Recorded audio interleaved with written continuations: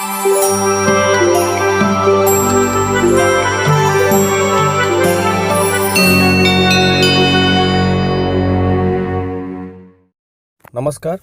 आपका yes my study point में स्वागत है। आइए पॉलिटिकल साइंस के कुछ प्रश्न उत्तर के क्रम में आते हैं। बहुत इंपॉर्टेंट क्वेश्चन है जो पहले भी कई बार पूछे गए हैं, वही सारे क्वेश्चन हैं। आते हैं, चलते हैं, देखते हैं क्वेश्चन। पहला क्वेश्चन, राज्य के नीति निर्देशक सिद्धांतों को भारतीय संविधान में शामिल किए जाने का उद्देश्य। ठीक है, तो बताइए आंसर क्या है, ऑप्शन पढ़िए। आइए देखते हैं, इसका मेन काम क्या है, लोकतंत्र को कल्याणकारी बनाना। ठीक है, तो इसमें देखते हैं ऑप्शन क्या है, राजनीतिक प्रजातंत्र को स्थापित करना। ठीक है, राजनीतिक प्रजातंत्र को स्थापित करना, सामाजिक प्रजातंत्र को स्थापित करना, गांधीवादी प्रजातंत्र को स्थापित करना। ठीक है, नहीं, तीनों नहीं है। आंसर क्या होगा, सामाजिक और आर्थिक प्रजातंत्र को स्थापित करना। मतलब इसमें बात कही गई है, आर्थिक न्याय की बात कही गई है। ठीक है, तो आप डिस्क्रिप्शन पढ़ लीजिए, जिससे आपको और चीज़ें की व्याख्या पढ़ लीजिए, जिससे आपको चीज़ें और क्लियर हो जाएं। अगला क्वेश्चन, निम्नलिखित में से कौन एक राज्य के नीति निर्देशक सिद्धांतों का उद्देश्य नहीं है। ठीक है, तो क्या उद्देश्य नहीं है, ऑप्शन बहुत आसान है, सिंपल सा है। इसका ऑप्शन आंसर होगा एक धार्मिक राज्य की स्थापना करना, इसका बिल्कुल उद्देश्य नहीं है। ठीक है, ये व्याख्या पढ़िए। 36 से 51 में राज्य के नीति निर्देशक सिद्धांतों का वर्णन किया गया है। भारत के संविधान निर्माताओं का लक्ष्य इन सिद्धांतों के माध्यम से आर्थिक और सामाजिक लोकतंत्र एवं कल्याणकारी राज्य की स्थापना करना है। ठीक, अगला क्वेश्चन आइए, निर्देश के निम्नलिखित कथनों पर विचार कीजिए। ठीक है, क्या बताना है, भारत के संविधान के संदर्भ में राज्य के निर्देशक तत्व मतलब सही कौन से बताने। तो विधायिका के कृत्यों पर निर्बंधन करते हैं, बताइए सही है, नहीं, बिल्कुल गलत है। कार्यपालिका के कृत्यों पर निर्बंधन करते हैं, नहीं, बिल्कुल दोनों गलत हैं। आंसर क्या होगा, ना तो एक ना तो दो।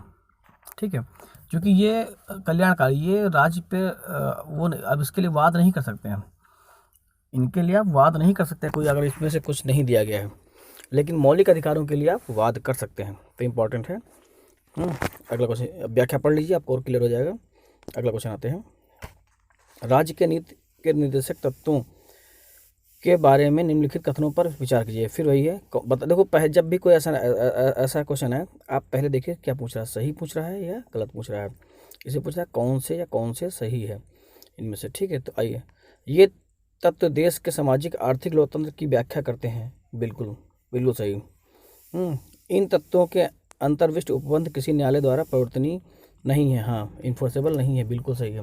मैंने भी जस्ट उसके पहले वाले क्वेश्चन में बताया कि इन पर आप वाद नहीं कर सकते हैं।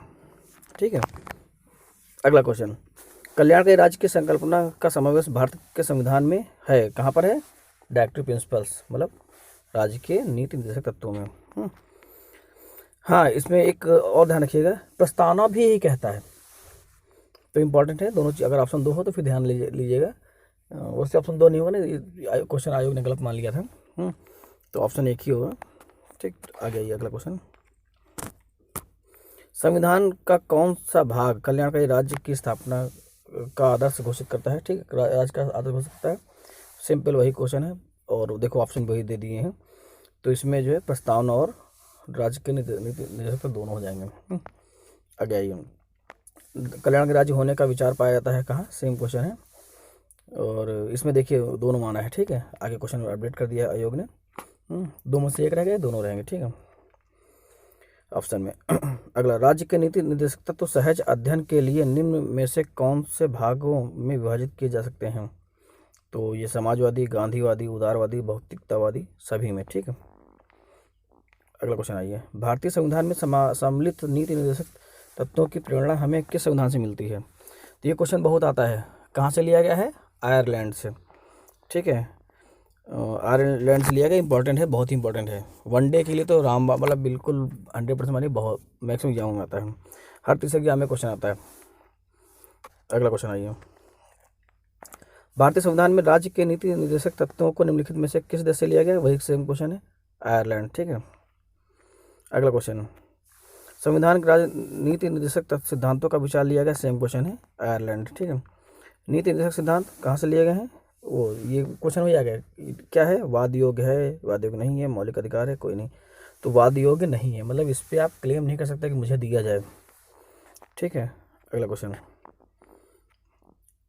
कब किस अनुच्छेद में दिया गया है? 37 में दिया गया, भी ध्यान रखिएगा। भारत के संविधान के अनुसार निम्नलिखित में से कौन सा देश के शासन के लिए आधारभूत ढांचा आधारभूत है? ठीक है, तो कौन सा है? राजकीय नीति निर्देशकता। तो ये केशवन बनाम केरल राज्य के आयोग विवाद में माना गया था कि अनुच्छेद जो है, मौलिक अधिकार जो है वो राज्य के नीति निर्देशक तत्व जो है इसमें आते हैं, आधारभूत ढांचे में आते हैं। इसमें इंपॉर्टेंट है, इसलिए क्वेश्चन बन चुका है, तो आगे आता भी रहेगा। अगला, समान कार्य के लिए समान वेतन भारत के संविधान में सुनिश्चित किया गया है, कहाँ पर? तो ये कहाँ पर है? समान कार्य के लिए समान वेतन, ये 39 में दिया गया है। ठीक है, कहाँ पर है? राज्य के नीति निर्देशक सिद्धांतों में ही, कब से? 36 से 51 तक। तो ध्यान रखिएगा, अनुच्छेद पूछता है किस अनुच्छेद में है। ठीक है, समान कार्य के लिए समान वेतन। और समान आचार संहिता बहुत इंपॉर्टेंट आता है, कब किस में है? 44 अनुच्छेद 44 में है। अगला, निम्नलिखित में कौन एक मौलिक अधिकार नहीं है? बताइए कौन सा नहीं, मौलिक अधिकार नहीं है। ठीक है, ध्यान रखिएगा, उत्पीड़न के खिलाफ अधिकार है, समान कार्य के लिए समान वेतन, यही नहीं है। ये किसमें? धारा अनुच्छेद 39 में। ठीक, अगला, निम्नलिखित में से कौन सा राज्य के नीति निर्देशक तत्वों के में निहित है? कौन सा है? पढ़ेंगे आपको ऐसे क्लियर हो जाएगा।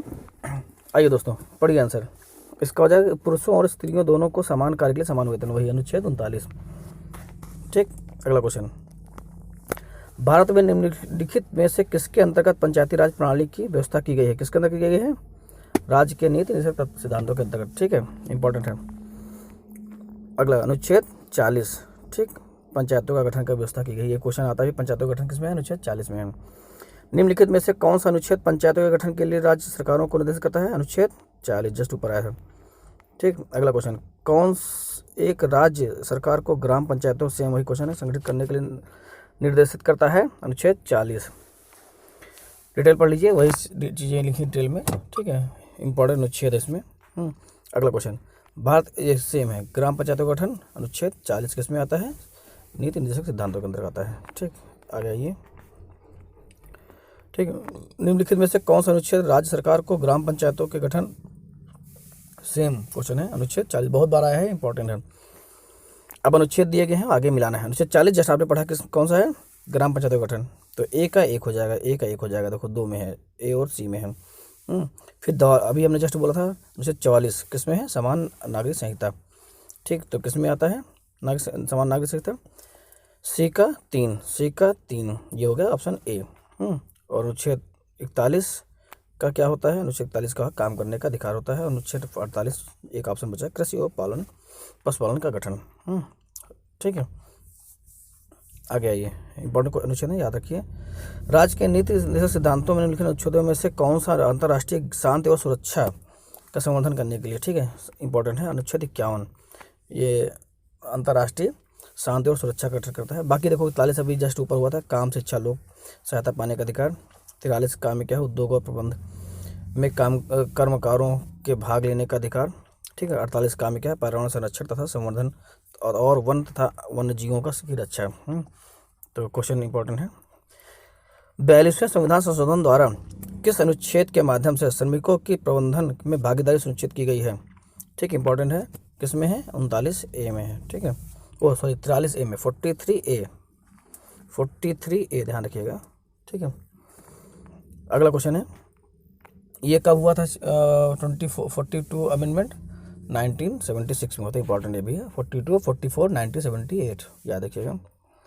भारत के संविधान में अंतर्राष्ट्रीय शांति और सुरक्षा की अभिवृद्धि का कहाँ उल्लेख मिलता है? कहाँ है? राज्य के नीति निर्देशक सिद्धांतों में, तत्वों में। ठीक है, अगला क्वेश्चन आइए, भारतीय संविधान का कौन सा भाग अंतर्राष्ट्रीय शांति और सुरक्षा के प्रति राज्य को उत्तरदायित्व का उल्लेख करता है? कौन सा है? अनुच्छेद 51 है और राज्य के नीति निर्देशक सिद्धांतों में आता है। विदेश नीति से संबंधित कौन सा है? अनुच्छेद 51, वही सेम।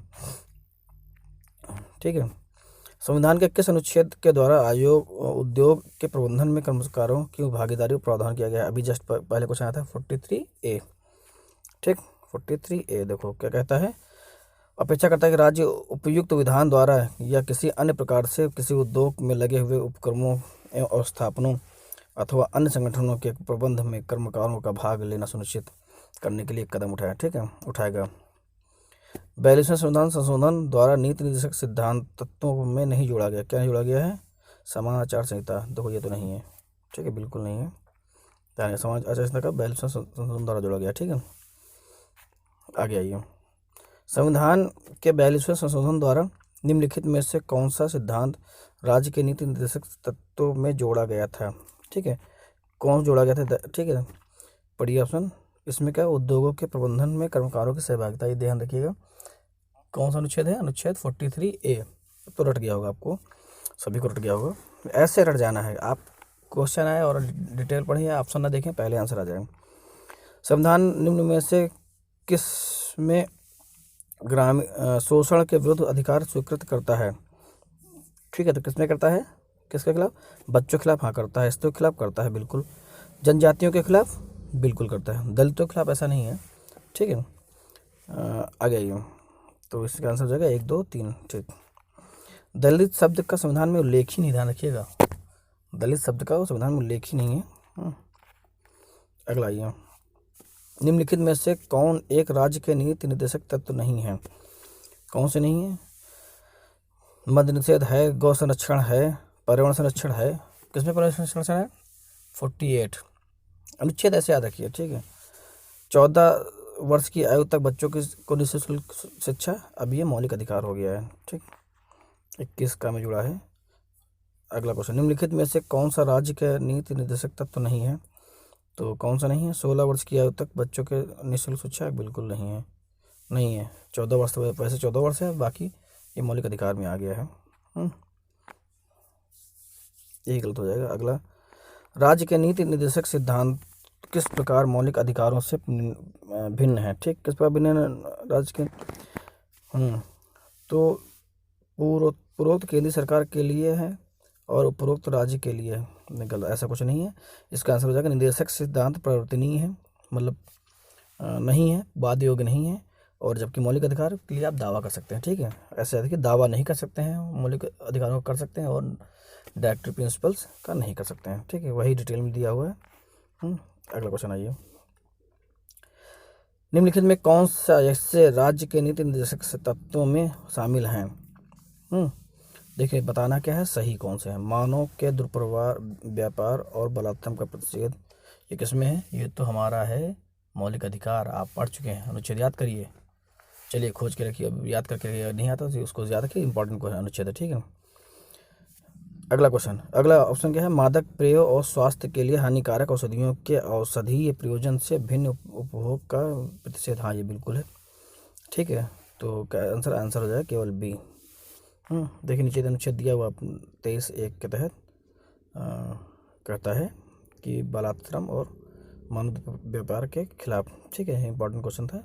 अब ऐसे अनुच्छेद याद रहे आपको, जब भी कहीं कोई आए तो अनुच्छेद आपको याद रहने चाहिए, हाँ यहाँ पर है। निर्देशक तत्व क्या है?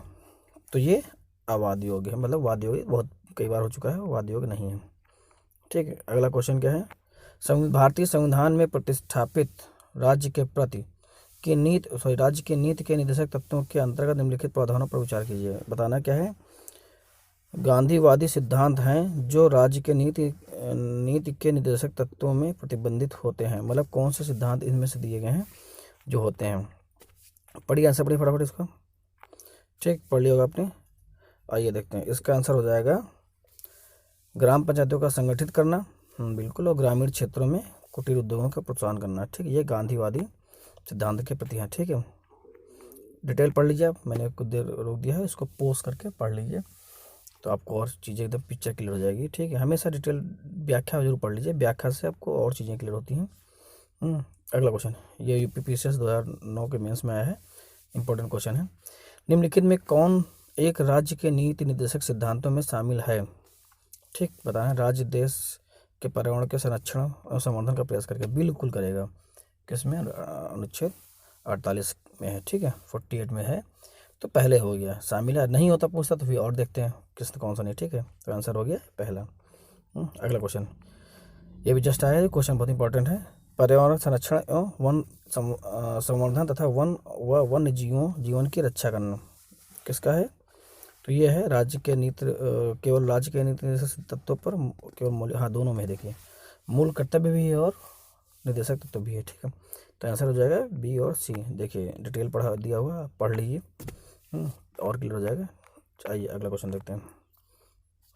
राज्य के नीति निर्देशक सिद्धांतों में निम्न में से किसके बारे में संविधान शांत है? किसके बारे में? पौध शिक्षा के बारे में शांत है। इंपॉर्टेंट है, गलत ना मार के, बहुत बच्चे क्वेश्चन आया था तो गलत मार के आए थे। ठीक है, इसको नहीं मारा तो बाकी सबको बाकी भी मार दिया था जो पौध शिक्षा को लगा कि है। ठीक, आइए इसका व्याख्या पढ़ लेते हैं। भारतीय संविधान के राज्य के नीति निर्देशक सिद्धांत भाग 4 के तहत अनुच्छेद 36 से 51 में वर्णित है। इनमें कर्मकारों का निर्वाह मजदूरी का प्रावधान अनुच्छेद 43 में, गरीबों को निःशुल्क विधिक सहायता का अनुच्छेद 39 का में, तथा 6 वर्ष से कम आयु के बालकों के लिए प्रारंभिक बाल्यावस्था देखरेख और शिक्षा 86 संशोधन द्वारा अनुच्छेद 45 में है। ठीक है, पौध शिक्षा संबंधी प्रावधान इसमें शामिल नहीं, ध्यान रखिएगा। ठीक है, अगला क्वेश्चन, निम्नलिखित में से कौन सा एक राज्य के नीति निर्देशक सिद्धांत संविधान के बाद में जोड़ा गया है? कौन सा है? मुफ्त कानूनी सलाह। ठीक, इंपॉर्टेंट क्वेश्चन है। मुफ्त कानूनी सलाह कब जोड़ा गया है? 42 अमेंडमेंट द्वारा 1976 में। ठीक, 39 का जोड़ा गया है। अगला ये, इनमें से कौन राज्य के नीति निर्देशक सिद्धांतों में सम्मिलित नहीं है? कौन है? सूचना का अधिकार नहीं है। सूचना अधिकार एक्ट है, कब आया? 2005 में आया। तो इंपॉर्टेंट है, ध्यान रखिएगा, सूचना का अधिकार एक्ट के तहत आएगा। अगला क्वेश्चन, निम्नलिखित में से कौन सा नीति निर्देशक तत्व है? कौन सा? समान नागरिक संहिता, बिल्कुल, अनुच्छेद 44। हाँ देखो दिया भी है नीचे है। सिविल कॉमन कोड अनुच्छेद 44, इसकी बात हो रही है और गवर्नमेंट जो है इस पर प्रयास करता है कि इसको लागू किया जाए, जैसे सभी नागरिकों के लिए एक कोड ऑफ कंडक्ट हो। अगला क्वेश्चन, राज्य के नीति निर्देशक सिद्धांतों के विषय की पहचान कीजिए। कौन, मतलब क्या करना है? सही, हाँ कोड की सहायता से सही, मतलब सही कौन सा? ठीक है, तो आइए देखते हैं। मद्य निषेध राज्य के नीति सिद्धांतों के विषयों की पहचान। ठीक है, फैक्ट्रियों और खानों में बाल श्रम निषेध, बेगार अथवा बलात् श्रम निषेध, अस्पृश्यता का अंत। ठीक है, अब इसमें क्या है? इसका आंसर हो जाएगा, ठीक है, एक, मतलब कि मद्य निषेध जो है क्या पूछ रहा, हाँ मद्य निषेध जो है उसमें है, उसका उपयोग नहीं करेगा। मद्य निषेध को जो है वो करेंगे, उसको औषधि के रूप में प्रयोग किया जाए, उसके अन्य पेय की तरह यूज करने के लिए मना किया जाएगी। अभी जस्ट आपने पढ़ा होगा। बाकी चीज़ें जो है मौलिक अधिकार में आती हैं। ठीक है, देखिए नीचे दिया गया 47 में दिया गया है मद्य निषेध सिद्धांतों में। ठीक है, बाकी चीज़ें ये पढ़ लीजिए पोस्ट करके, आपको क्लियर हो जाए। अगला क्वेश्चन, कौन एक राज्य के नीति निर्देशक सिद्धांत तत्वों में नहीं है? ठीक है, राज्य सुनिश्चित करने का प्रयास करेगा कि क्या करेगा? देखिए, हाँ इसमें अप्रस्तुतकरण कब किसमें है? अनुच्छेद 17। तो ये नहीं, बाकी तीनों इसका मतलब हो जाएंगे। तो बहुत सिंपल आंसर था। ठीक, जिसको नहीं आता है वो डिटेल व्याख्या इसकी पढ़ लीजिए और क्लियर हो जाए। ठीक, आइए अगला क्वेश्चन देखते हैं। राज्य के नीति निर्देशक सिद्धांत एक ऐसा चेक है जो बैंक की सुविधा अनुसार अदा किया जाएगा। किसने कहा? के.टी. शाह ने कहा है। बहुत इंपॉर्टेंट लाइन है, के.टी. शाह ने ये कहा है। ये बात बहुत बार आई क्वेश्चनों में आती रहती हो, या तो ऐसे पढ़ लीजिए, कभी ऐसे लिखने का मौका आए तो उसमें भी बात आप डाल सकते हैं किसी उस पर लेकर मुद्दे, अगर टॉपिक से रिलेटेड आ जाए। अगला क्वेश्चन, भारत के संविधान के संदर्भ में निम्नलिखित कथनों पर विचार कीजिए। मौलिक अधिकार, मूल कर्तव्य, राज्य के नीति निर्देशक तत्व। भारत सरकार द्वारा आरंभ किए गए राष्ट्रीय सामाजिक सहायता कार्यक्रम में भारत के संविधान में के उपर्युक्त उपबंधों में से कौन सा से पूरे होते हैं? तो कौन सा है? केवल 3। ठीक है, ध्यान रखिए, राज्य के डायरेक्टिव प्रिंसिपल्स। डिटेल आप पढ़ लीजिए पोस्ट करके अच्छे से। आइए अगला क्वेश्चन देखते हैं। ठीक है, लास्ट क्वेश्चन है। भारतीय संविधान के भाग 4 में दिए गए निर्देशित सिद्धांतों में से निम्न में से कौन सा से सूचीबद्ध हैं? ठीक, बताना है कौन से मतलब सही हैं। ठीक, सूचीबद्ध है, सॉरी, मतलब उसमें कौन से हैं, डायरेक्टिव प्रिंसिपल में कौन से हैं? समान कार्य के लिए समान वेतन, बिल्कुल, अनुच्छेद 39, ध्यान रखिएगा। समान नागरिक संहिता अनुच्छेद 44, 44 मतलब 44 इक्वल है, तो समान नागरिक संहिता याद रखिए। छोटे परिवार का मानदंड, ये किस में है? ये नहीं है। ठीक है, तो ध्यान रखिए, अनुच्छेद 350 का में दिया गया है। नहीं सॉरी, ये जो है नहीं है। प्राथमिक स्तर पर मातृभाषा में शिक्षा अनुच्छेद 50 में दिया गया है। ठीक है, तो इम्पोर्टेंट है, ध्यान रखिए। ये कुछ क्वेश्चन थे हमारे, और इनको 2-3 बार रिपीट कर लीजिए, क्वेश्चन बहुत आते हैं, ठीक है। और आगे जो है फिर इसके बाद मौलिक अधिकार लेके आएंगे। और वीडियो लाइक कर लीजिए, सब्सक्राइब कर दीजिए, जिससे कि आगे आपको नोटिफिकेशन मिलता रहे और नए अच्छी अच्छी जानकारी मिलती रहे। बहुत बहुत धन्यवाद।